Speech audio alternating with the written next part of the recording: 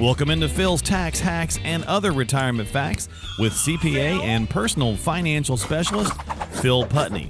Now let's get rolling with today's show.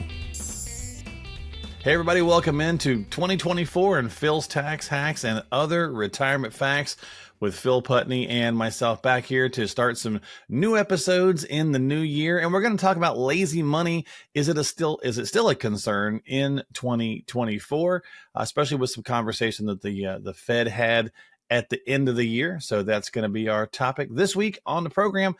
Welcome to the new year, buddy. What's going on? How are you? Yeah, doing good. Happy New Year. Yeah, man. Happy New Year to you too. Good holiday. Yeah, it was really good. It's always good to get some time off, spend it with family, and so it was great. And then you're ready to be done? Ready to be back at it again. So right. Yep. It's a weird thing, right? I was like, I don't know how, folks watching, if you were off for a little bit, if you're already retired, you're just going, well, we're always well, yeah, off. what are you talking so about? What are you talking every about? We day's don't a care. Saturday. So. But if you're like a pre-retiree or something and you check out our show, if you're like me, you're like, oh man, I gotta be back at it today. So it's the first day. It's the first thing I'm doing after like 12 days off. So I'm already off to the races. Same thing. We usually take time off between the holidays, and I'll come in and do a couple of things here and there if something needs to be done. But in general, we're off. So yeah. Are you into the new year, new me stuff? As you and I were joking, I'm having the world's worst smoothie now.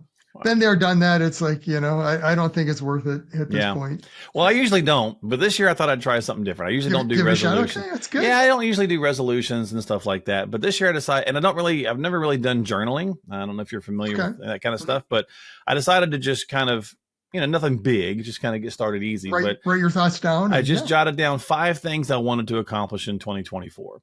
And I just kind of wrote them down basic. Obviously, lose weight is going to be on there. It always is. But, at 52 and with heart issues and stuff, it's not the worst idea, right? It's not lose weight to look better in my swimsuit, right? It's lose weight to maybe not die, right? That's right. To improve life expectancy and quality of life. Right. Yeah. So that's one of the 5. So I thought I'd give it a try. So maybe they always say if you don't write them down, the goal's down. That's supposedly not going to happen. Right? So that's what I thought I'd look back at and say, hey, here we go. Yeah, that's what I thought I'd try. Hold your foot to the fire. So. Exactly, because I've never really done that. So maybe we'll touch base on that throughout the year as we're doing the podcast and stuff and talking about and the financial stuff as well. But hey, if you're in the same boat, folks, follow along with me, right? If you didn't do it, try it real fast, right? If you're checking out this video or the audio podcast, write down 5 things you want to accomplish in 2024, and follow along with us as we go through the year, and even drop us a line on the YouTube comments and say, hey, yeah, I'm doing X, Y, or Z. Yep. Yeah, this is what I'm doing. Maybe it's a financial goal. Or whatever the case might be. So lots of good stuff you can maybe accomplish in that. Absolutely. But with all that said, it's a new year, fresh slate. So. Yeah, why not? Right. I mean, I've never been big on it, but I thought, let's try it. What the heck? Right. Yeah. It doesn't hurt. Shake it up a little bit. So let's get into our topic this week, Phil. And again, this could fit right into that conversation piece, right? So, the whole lazy money bit, right? Which is basically money. You got too much money sitting in savings account or whatever, right? That's not doing you maybe any good. Now, obviously the last little bit, the rates were ticking up, interest rates got higher. So you maybe did find some places where that lazy money was doing a little bit better. But as I mentioned, the Fed is talking about cutting, I guess, right? I guess, am I saying that the right way or is it the opposite way? Yeah, they haven't come out outright and said that they will, but they've kind of hinted at it by lowering their target. Target rate, which implies that, okay, we're here today to get to that rate. There has to be some rate cuts. Yeah. So Powell, let me between now and the end of the year. So. Yeah. So let me read this real fast. So Jerome Powell, the Fed chairman, right, held an interest rates press conference. I want to say the last 2 weeks of the year, or something like that. And basically said that they were looking at the interest rates were to 4.6 down from 5.1 in September. And of course hinted that they were looking at possibly doing anywhere I heard from 4 to up to maybe 6 in this new calendar year. That they got to be careful, right? Because then that could they worry about the inflation issue again, right? Right, and that's always the challenge: is too much too soon? Do they start overreacting, and lowering that interest rate, and then let inflation take off again? So they got to be very kind of cautious. So they're going to watch and see how the numbers. I imagine they're probably going to be waiting for fourth quarter numbers to come in, right? And that. I'm sure. Yeah. Yeah, I wouldn't personally. I don't think you're going to see any rate cuts probably until at least the second quarter, maybe even into the third. Really? Okay. You know, it kind of depends obviously on the numbers and what things happen, but just from what Right. I've kind of heard and, you know, they're implying. So, well, so for certainly the first quarter, right, which is January, February, March. I mean, it's right. Yeah. All right. So let's talk about lazy money and just what we're doing. So like if you jumped in and got a CD last year, for example, right, and you were able to go to your bank and get a higher rate CD, cool, right? If you got a 5% CD or something, great. Awesome. Yeah, I mean, they're definitely out there. So hopefully you didn't do it for any long term, because they're not offering them for real long anyway, because they see this writing on the wall too. Absolutely. Yeah. And I mean, that's kind of being foretold. If you look at that, you know, any of the rates, a 1-year CD, then you go to like an 18-month or a 2-year. Well, the rate's probably actually lower than the 1 month or 1 year. I mean, so I think I saw a 36. Yeah, so they know, and it was like way down. So I think I saw one where it was 5% on a 12-month, and it was like a 3% or something on a 24. So so what is lazy money though? I guess I should backtrack a little bit, Phil, for folks who aren't familiar. Lazy money is going to be more kind of money you don't have a purpose for. Right. I mean, it's just money in the bank is probably a good way to think of it. You know, now sometimes, you do have a purpose for the money in the bank if you're saving specifically for, you know, whatever it is. You've got a reserve account that you put money in to pay your property taxes and insurance each year, or, you know, you have that Christmas fund or things like that. But beyond that, it's just, you know, money that you don't really have a purpose for it. You're saving it, you know, no real long-term goal. And over the last year, it's been easy to let that just sit there because markets have been volatile, though up. People and we usually have this in checking, savings, CD, money market, right? Yeah, exactly. Your typical money in the bank scenario. And a lot of times it's not keeping up with inflation, clearly. You know, it never does. Right. Historically, right? Yeah. I mean, there will be times where it's going to exceed inflation slightly.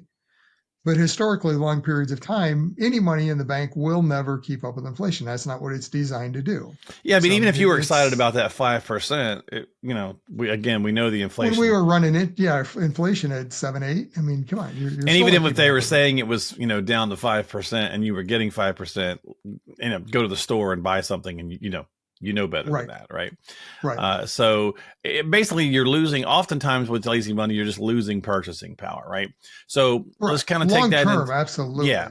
So let's take that into the conversation of why it's important to, you know, as part of the thing that you do when you're building a plan for somebody, when you're trying to get them set for accomplishing their financial goals. Part of that is figuring out how to use the money in different areas, right? So whether you're retired or pre-retiree, having that emergency fund or that money sitting on the side and liquid accounts that you can get to quick and easy, there's got to be a conversation about what that number is and what's the right amount.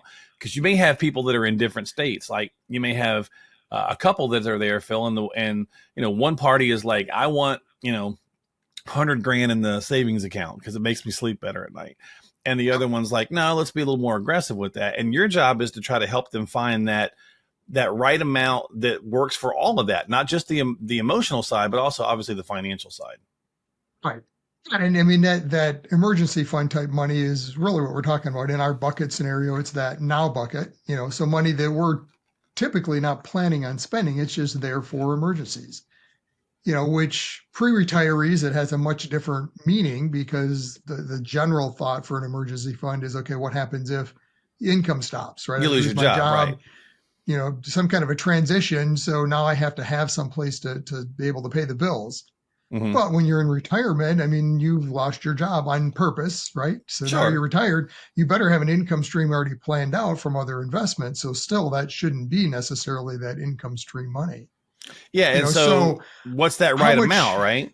Yeah. How much should go there? I mean, as a retiree, it really, I always say it's a personal preference.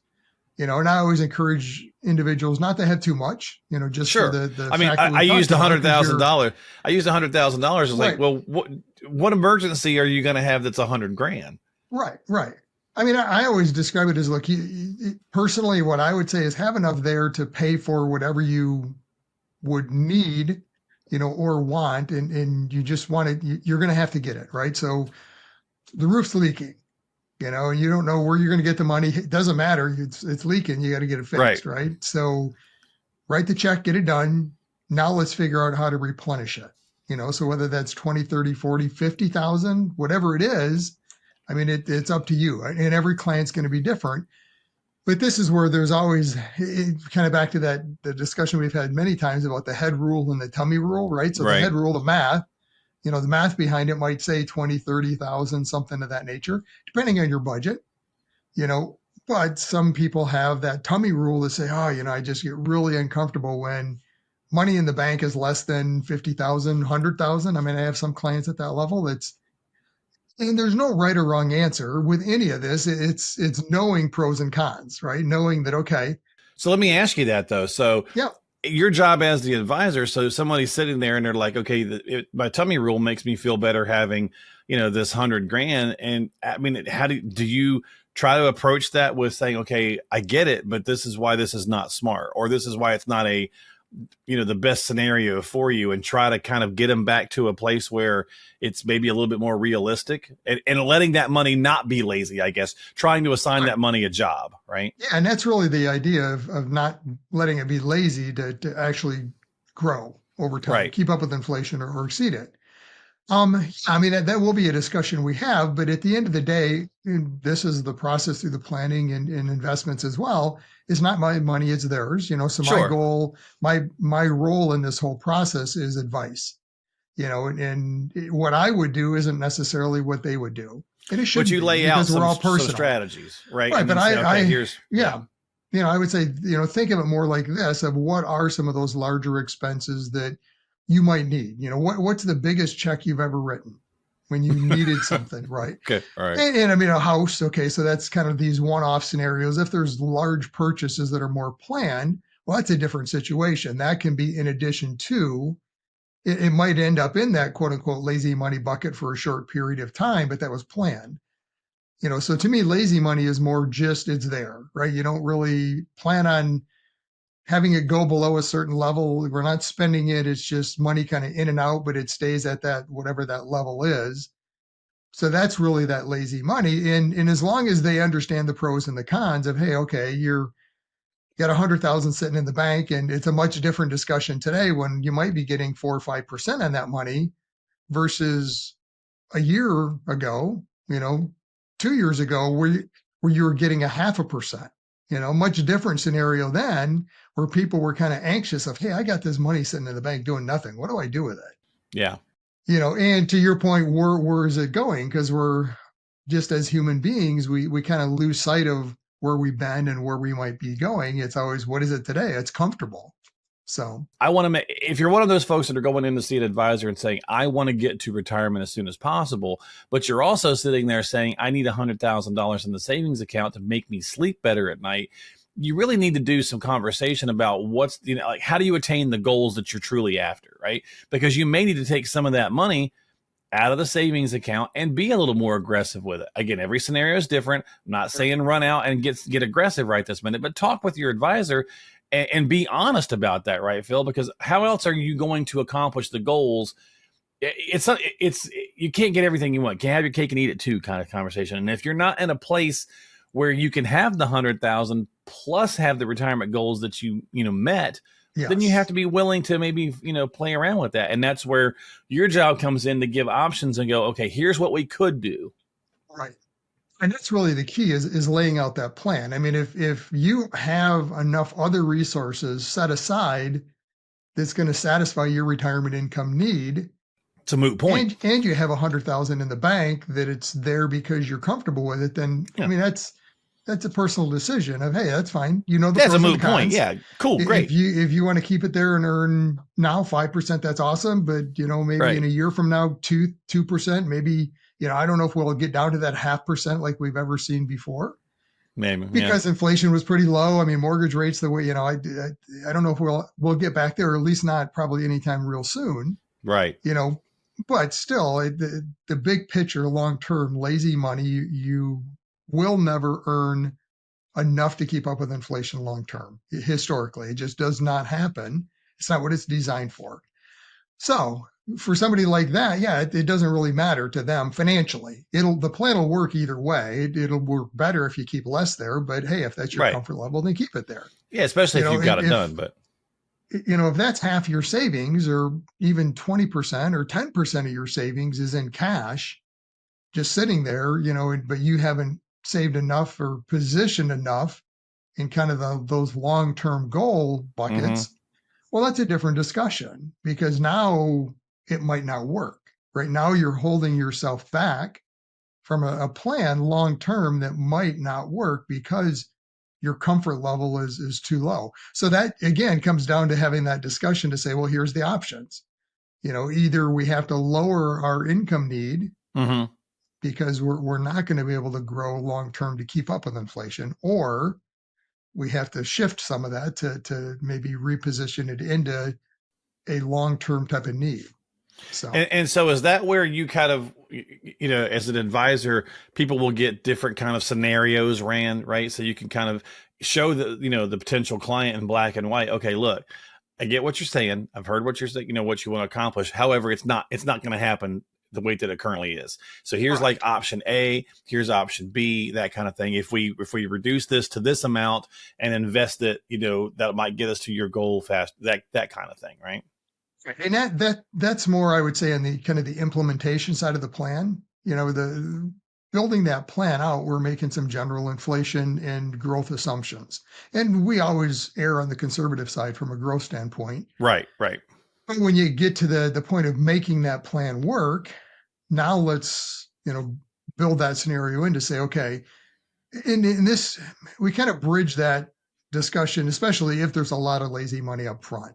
Mm-hmm. So we'll have that discussion of, okay, if somebody has 10% of their savings or more, let's say, in just cash, liquid money, lazy money, we'll start to have that discussion. Well, how much of it do you want in the plan to say we're not going to spend it?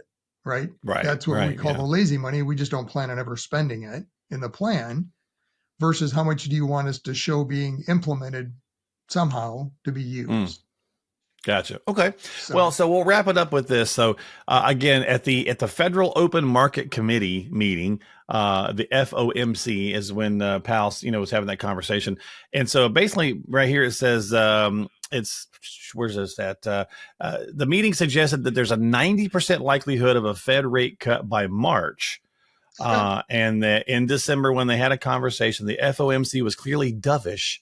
What an interesting term, about the market's pricing, and there's again a 90% chance of a cut. So if they start to cut, what does that do for?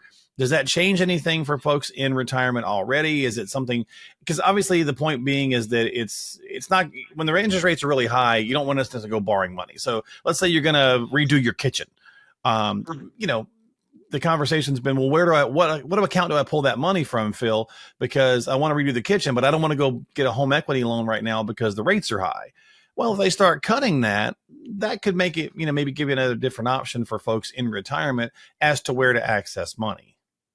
And yeah, so the rate cuts are going to affect different things, right? The savings, you're going to start to see that rate slide. To your point in the beginning, we've already started to see kind of what that might look like with future CD rates, et cetera. Mm-hmm. So, I mean, at this point, if you've got too much lazy money in there, if you're really comfortable with it, you better have locked in a 12-month CD or something, because chances are when that matures, it's going to be a much lower rate. If you're looking for that, where we're at, if you're looking for that. But if you're borrowing, on the borrowing side, maybe wait. But I mean, like a home equity loan, those are variable rate loans anyways. So even if you borrow at it today, you might be at a higher interest rate for a little bit of time, but that should over time start to diminish. So ultimately, I guess, Phil, if you're already retired, let's just wrap it up with this.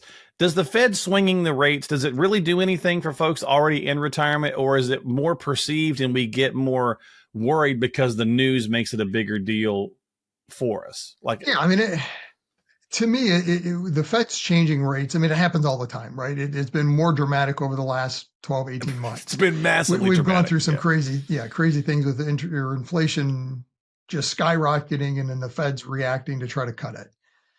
So long term, to me, it's noise. It's market noise, right? Things happen. Markets go up, markets go down. Interest rates go up and down. Inflation goes up and down. Your long-term plan is the long-term plan. It shouldn't be changed based on what's happening in a market today.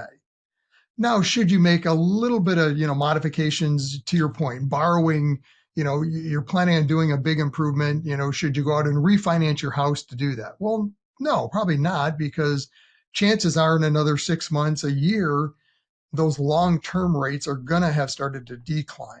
If it's on something like a home equity that's a variable rate, it's not going to matter much because it will follow those interest rates and start to decline over time. Gotcha. So I always warn trying to make plan changes just based on normal market activity. I mean, the big news of the day. Yeah. Right. As uncomfortable and as out of the norm as this last year has been, in the big long-term picture, it's normal. It happens. Gotcha. That's kind of what I was wondering. When you're in the middle of it, it's not normal. It feels bad, right? Same thing with market corrections. I mean, they're going to happen. Historically, 7 to 10 years is kind of what we've seen. These cycles back and forth, terrible when you're in the middle of it, if you're focusing on it.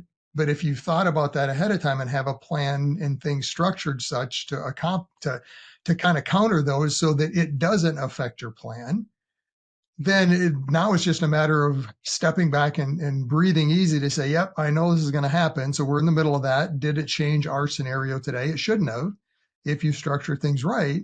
So don't overreact to those situations. So, that's kind of what I was wondering. And as a New Year's resolution, our New Year's show kind of thing kicking back off, that's really kind of what we tend to do, right? Sometimes, I just started off talking about this smoothie, and it's like, if you're looking to lose, if you're only a couple of pounds, if you put on a couple of pounds during the holiday season from all the good food and stuff, do you need to, jump off the deep end into some crazy diets or something to lose just a few pounds? Obviously, if this is a lifelong issue where you need to, really get serious about changing your dietary habits for health reasons, that's different. That's a bigger planning strategy, right? Versus, hey, I put on 5 pounds due to sugar cookies during the holidays. Don't go crazy trying to lose that 5 pounds. Little tweaks, right? You could easily do that. Oh, same kind of thing with your finances. Little tweaks aren't going to, dramatically change your plan. Yeah, but, right. I mean, the point is all these should have been thought out ahead of time and discussed with an advisor, or I mean, if you're doing it on your own, these are things you need to think about, because this is where wrong decisions get made. Right. It's in the middle of these emotional times where it's like, oh, the Feds are going to cut rates, so I better do whatever. What does that mean? Yeah. Don't worry about it.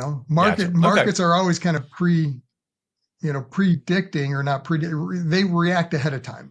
How to say it quite right. But I mean, the fact that the Fed has done nothing yet, right? Other than hinted at. They've not cut rates. They've not come out and said, by this time we will. Well, but they didn't even say that. That was the interpretation. That was the interpretation. So chances are yes. But the market has taken that as they will. And we've seen the effect of that in the last few months of the year. Is that's just been a great market, which a lot of that's the Christmas rally time anyways. It's a good time. And they read into that stuff. So fueled that fire. So gotcha. All right. Well, there you go. So that's our conversation on lazy money. Regardless, make sure that, and it's the same thing we say all the time, regardless of whatever's happening in the economy, we all want a good economy, clearly, and you want to retire in a good economy, but you also have to be prepared to retire in any economy. It's whether you're retired or getting ready to retire. So make sure your plan is working. Make sure you don't have too much lazy money, money that's just sitting there and not keeping up with inflation. Yep. Again, you got to have that comfort level, but you can't go hog wild. So make sure you're having that conversation with your advisor on finding the right balance for your plan and your portfolio. And of course, if you need some help, Phil's always around. 248-888-7530, 248-888-7530. It's on the screen for those folks watching. And of course, you can stop by philstaxhacks.com. That's philstaxhacks.com. We'll see you next time here on the podcast. Thank you, my friend. Thanks. Have a great day. We'll catch you next week on Phil's Tax Hacks and other retirement facts. Investment advisory services offered through AFS Wealth Management. The content of this program is provided for informational purposes only and is not a solicitation or recommendation of any investment strategy. Investments and/or investment strategies involve risk, including the possible loss of principal. There is no assurance that any investment strategy will achieve its objectives.